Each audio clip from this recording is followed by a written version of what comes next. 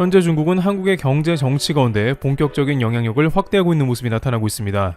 특히 최근 중국은 바이든 미국 정부와의 첫 대담에서 난타전에 가까운 거친 말을 주고받은 이후에 러시아와 중국의 공동전선을 형성하고 본격적으로 주변국을 포섭한다는 방침을 세운 것으로 보입니다. 실제 미국과 중국은 지난주 알래스카 담판에서 난타전을 벌인 뒤 이번 주에는 동시다발 제재와 세력 과시 행보로 치열한 기싸움을 벌이는 양상이 전개되었습니다.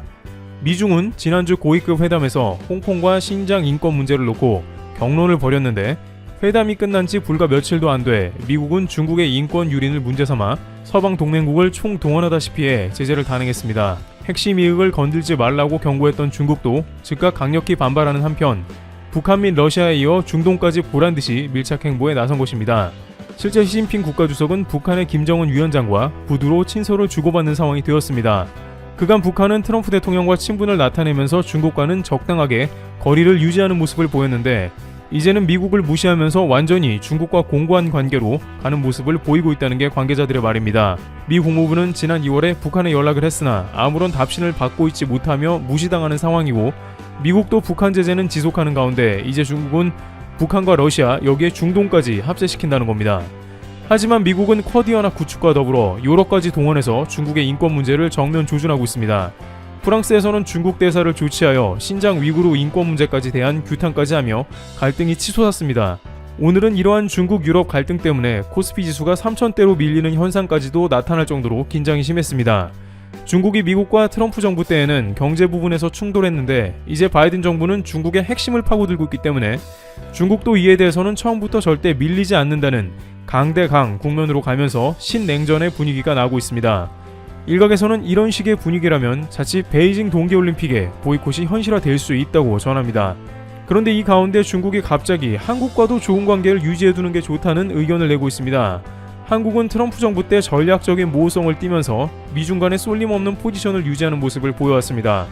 물론 한국 내에 미군이 주둔하는 상태이기 때문에 근본적으로는 자유민주주의 진영에 포함되어 있지만 경제적인 관계에서는 중국의 영향력을 무시할 수 없어 대놓고 중국을 배제하는 모습은 보이기 어려웠습니다. 그러나 이제 미중 간의 싸움이 경제보다는 체제와 인권 등 핵심 문제로 충돌하는 양상을 빚으면서 한국은 다시 한번 새로운 선택의 갈림길에 놓이는 게 아닌가 하는 우려가 점점 현실화되고 있는 상황이 나오는 것입니다. 홍콩의 SMP는 동아시아 이웃나라인 한국과 일본이 최근 각각 미국과 가진 고위급 2+2 회담에서 중국에 대해 다른 접근법을 보였다고 전했습니다. 그러면서 일본은 강경한 입장이었으나 한국은 미중 간 힘의 대결 사이에 끼는 것을 피하려고 노력하며 좀 더 유화적인 입장을 보였다고 밝혔습니다. 회담 이후 미일 공동성명에서는 중국이 국제질서에 부합하지 않는 행동을 한다고 비판했지만 한미 공동성명에서는 국제질서 관련 부분에서 중국이 명기되지 않았다는 것입니다. 중국의 리자청 정치연구센터 연구원은 한국은 중국이 북핵 문제 해결에 도움을 주길 바라고 있으며 중국에 경제적으로도 의존해 있다고 말했습니다. 이어 반면 미일 공동성명을 보면 향후 중국과 일본 관계의 전망이 긍정적이지 않고 양국 관계는 점점 더 악화할 것으로 보인다고 내다봤습니다. 또 다른 중국 전문가는 중국이 한국에 적극 러브콜을 보내 이번 기회에 양국이 깊은 관계로 가야 한다고 말하는데요. 중국 화남 20대 거하이 연구원은 미일 간 안보 동맹은 점점 더 강해질 것이며 중국에 대한 일본의 인식이 바뀔 것으로 보이지 않는다고 전망했습니다. 그러면서 중국은 한국과 관계를 강화할 필요가 있다고 강조했습니다. 또 다른 전문가는 한일 간 독도 문제에 중국이 적극 한국 편을 들어야 한다는 독특한 조언을 합니다. 중국 푸단대 송루정 연구원은 중국이 한일 간 독도 문제를 적극 이용하면서도 경제적 수단을 활용해 한중 관계를 반드시 개선해야 한다는 취지의 발언을 했습니다. 그만큼 현재 중국은 한국이 필요하다는 뜻으로 풀이됩니다. 그러나 중국은 이렇게 말하면서도 애초에 한국에 계속해서 꾸준히 경고하는 모습을 보여왔는데요. 중국의 관영 언론 환구시보에는 한국이 미중 가운데 현명한 선택을 하길 바란다라며 은근히 경고했습니다. 만약 한국이 대놓고 미국 편에 선다면 지금 호주에 하듯 경제 보복이나 제2의 사드 사태를 일으킨다는 의미입니다. 하지만 반대로 놓고 보면 경제 부분을 제외하고 중국이 한국에 어떤 영향을 끼칠 것은 거의 없다는 의견입니다. 오히려 경제 부분은 한국이 중국에서 하루빨리 탈중국해 그러한 영향력을 최소화시키고 싶은 부분입니다. 게다가 한중 간에는 체제가 아예 맞지도 않습니다. 특히 최근 미얀마 사태 군부의 뒤를 중국이 바치고 있다는 의견이 다방면에서 제기되고 있는데 이는 애초에 자유민주 체제인 한국이 중국과는 상극이며 맞지 않는다는 의미가 되고 있는 것입니다. 중국에서 아무리 한국을 포섭하려고 한들 국민 정서가 이를 용납하지 않으며 교류에는 한계가 있는 것입니다. 물론 체제가 다르더라도 중국이 적당한 선에서 국가 간에 지킬 건 지키면 얘기는 다르겠으나 이미 너무 많은 부분에서 한국에 대해서도 적정한 선을 넘어버린 상황이 다방면에서 나오고 있습니다. 그리고 한국에서는 현재 중국 자본의 알레르기를 일으키며 중국을 탈피하자는 목소리가 여기저기서 나오는데요. 한국의 대중들이 가장 쉽게 접하는 드라마나 TV 프로그램에서도 이는 두드러지는 현상입니다. 현재 여신강림과 빈센조, 중국 브랜드 PPL 사태부터 조선 구마사, 역사 왜곡 논란까지 드라마 시장에 불어닥친 반중 정서가 심상치 않습니다. 시작은 TVN 드라마 여신강림이었는데요. 지난해 12월부터 올해 2월까지 방송한 여신강림은 극중 여고생들이 편의점에서 인스턴트 훠궈를 먹는 장면에서 중국 브랜드를 노출해 도마 위에 올랐습니다. 한창 인기리에 방영 중인 빈센조에서도 주인공 빈센조, 송중기가 중국 기업에서 만든 비빔밥을 건네받는 장면이 나와 논란이 됐습니다. 빈센조의 비빔밥 PPL의 경우 최근 중국이 김치와 한복 등 우리 음식과 문화를 자신들의 것이라고 주장하며 무리를 빚는 상황에서 연출된 장면이라 더 비판을 받았습니다. 해당 제품은 중국 브랜드가 내수용으로 만들었지만 청정원이 원료를 납품하는 것으로 알려졌습니다. 국내에서 우려 목소리가 커지자 중국 누리꾼은 비빔밥 자체에 대해 남는 재료를 활용한 음식에 발끈한다는 등 우리 음식을 깎아내리는 글을 올려 논란에 불을 붙였습니다. 이에 청정원은 합작이 아니라 단순 납품이라고 직접 해명에 나서기도 했습니다. 그런데 중국 브랜드 PPL 논란이 가라앉기도 전에 SBS TV 새 월화극 조선 구마사도 시청자의 매서운 눈을 피해가지 못했습니다. 지난 22일 첫 방송에서 월병 등 중국품 소품을 사용한 것이 문제가 됐습니다. 제작진은 충녕 대군, 장동윤이 중국 국경까지 먼 거리를 이동해 서영 무당을 데려와야 했던 상황을 강조하기 위해 의주 근방이라는 장소를 정했다며 한양과 멀리 떨어진 변방에 있는 인물들의 위치를 설명하기 위한 설정이었다고 비교적 성실하게 설명했습니다. 그러나 반중 감정이 거세진 최근 환경에서 시청자들의 비판은 쉽게 수그러들지 않을 것으로 보입니다. 이미 청와대 국민청원, 방송통신심의위원회 민원 등이 지속해서 제기되는 상황이기도 합니다. 방송가에서는 제작비 조달을 위해 PPL 등은 어쩔 수 없는 부분이라는 반응이지만 반중 정서가 극대화한 상황에서 제작진이 좀 더 디테일에 신경 써야만 한다는 의견이 지배적입니다. 또한 게다가 중국산 굴삭기 김치 영상 등으로 인해서 한국에 납품되는 식료품에도 강한 의문이 드는 상황입니다. 서경덕 성신여대 교양교육대학 교수는 23일 최근 중국이 한국 전통문화를 자신들의 것이라고 연이어 주장하는 상황에서 시청자들은 민감하게 반응할 수밖에 없다며 시국이 시국이니만큼 제작진도 이러한 정서를 고려해야 한다고 말했습니다. 그는 그러면서도 물론 우리가 감정적으로만 대립해서는 해결이 되지 않는다. 댓글 전쟁보다는 객관적으로 상황을 인식하고 전통문화를 꾸준히 알리고 시정 요구를 할 것은 하는 등 차분한 대응을 해나가는 게 중요하다고 강조했습니다. 이와 같이 중국은 미중 갈등이 심화됨에 따라서 아군 만들기에 적극 돌입하는 모습이 나오고 있습니다. 특히 한국을 중국의 품으로 들어오게 하는 그러한 전략을 구사하는 것으로 보입니다. 그러나 한국은 역사상 가장 심하게 반중 정서가 고조되어 중국과 연합을 형성하는 것은 국민 감정상 불가능하여 앞으로 독자적인 외교 노선을 구축하여 미중 간의 피해를 최소화하는 방향을 찾아야 한다는 의견이 나옵니다. 헤르블티브 여기서 마치겠습니다. 감사합니다.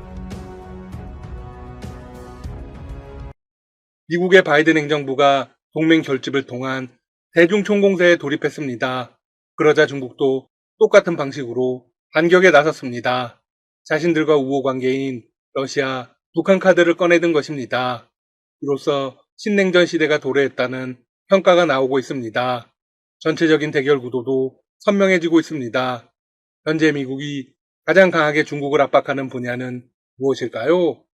중국의 신장 위구르 자치구 소수민족 인권 탄압 문제입니다.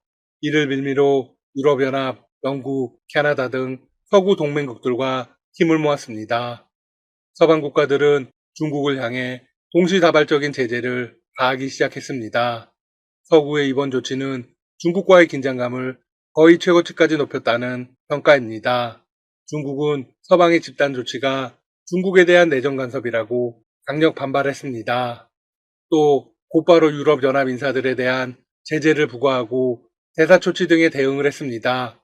최근 토니 블링컨 미국 국무장관은 알래스카 회담을 앞두고 영내 핵심 동맹국인 한국과 일본을 찾았습니다. 그는 한국과 일본을 향해 인도태평양 지역에 대한 미국의 관여 및 중국의 영향력 견제 의지를 분명히 했습니다. 한국을 향해 직접적으로 이야기하지는 않았지만 중국 압박에 참여할 것을 간접적으로 요구했죠. 더욱이 이달 초 바이든 대통령은 사상 처음으로 쿼드 정상회의를 화상으로 개최해 동맹 및 파트너를 끌어모았습니다. 본격적으로 중국을 억제하겠다는 전략에 시동을 건 것입니다. 결국 중국 역시 자기 편을 결집하기 위한 작업에 착수했습니다. 지난 23일 세계적 외신 블룸버그 통신은 이런 기사를 내보냈습니다. 중국이 이중 알래스카 회담 이후 러시아, 북한과 관계 강화를 모색하고 있다. 중국 역시 동맹 비축에 나선 것으로 보인다. 미국과 중국은 지난주 알래스카에서 바이든 행정부 들어 첫 고위급 회담을 열었습니다. 회담의 결과는 어땠을까요? 가시적인 성과는 없었습니다. 거친 설전만 벌이다가 끝이 났습니다. 사실 이는 대부분이 예상했던 것이었습니다. 애초 회담의 목적이 공동성명과 같은 합의가 아니었기 때문입니다. 서로의 입장과 원칙만 확인하는 자리였습니다. 그러다 보니 자신들의 입장에서 할 말만 한 것입니다. 전문가들은 미국과 중국이 서로 통제 및 관리가 가능하다는 것을 확인한 것 자체가 이번 회담의 의미라고 평가했습니다. 또한 외교소통 채널을 계속 유지하기로 한 것도 의미를 부여할 만하다고 했습니다. 그런데 이번 회담에서 중국이 보여준 반응 중 흥미로운 점이 있습니다. 중국이 한국과 일본을 전혀 다른 시각에서 보고 있다는 것입니다. 중국은 미일 회담에 대해서 굉장히 격앙된 모습을 보였습니다. 중국의 관영 언론들은 이런 기사를 내보냈습니다. 중국은 더 이상 일본을 보지 않겠다. 신의를 저버린 일본을 강력하게 비판한다. 기사에는 일본 스가 총리가 일본을 방문한 오스틴 국방장관에게 인사하는 사진을 함께 실었습니다. 그런데 사진의 모양새가 좀 이상합니다. 오스틴 장관은 가만히 서 있고 스가 총리만 허리를 굽히고 있습니다. 중국이 이런 사진을 택한 데는 의도가 있습니다. 바로 일본에게 굴욕감을 주기 위해서입니다. 미국과 일본은 외교 국방장관 공동성명에서 중국에 대한 견제 의지를 명확히 했습니다. 중국이 가장 꺼려하는 홍콩과 신장 문제도 거론했습니다. 중국은 외교부까지 직접 나서 일본을 비판했죠. 일본이 미국의 속국으로 전락했다. 늑대를 끌어들여 지역 내 이익을 팔아먹는 행위이다. 중국 매체들이 사용한 단어 중 가장 눈에 띄는 단어는 바로 배신입니다. 중국은 일본을 배신자라고 비판하고 있는 것입니다. 면전에서는 웃으면서 뒤통수를 쳤다는 표현까지 등장했습니다.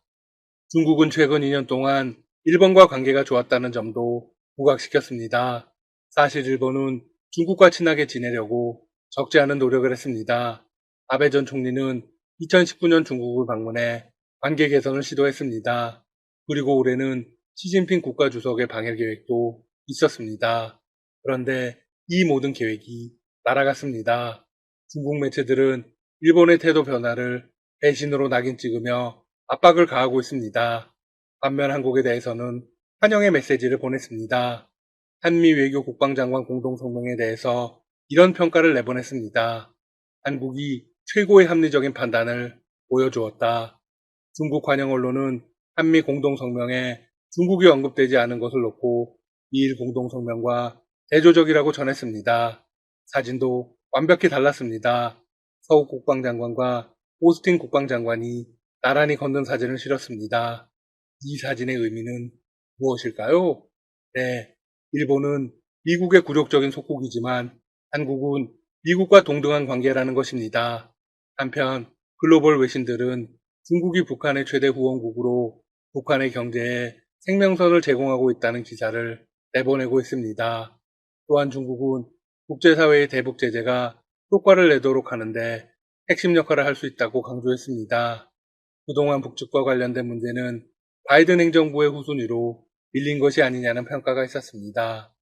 그런데 다시 외교의 중심으로 올라서는 분위기입니다. 최근 북한은 장거리 미사일을 발사했습니다.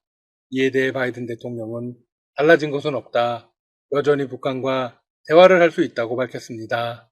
이 관계자는 북한의 미사일 발사가 유엔 안전보장이사회의 결의안을 위반한 것이 아니라고도 설명했습니다.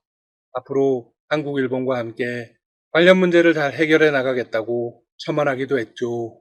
그런데 시 중국 국가주석이 북한의 김 위원장에게 구두 친서를 보냈습니다.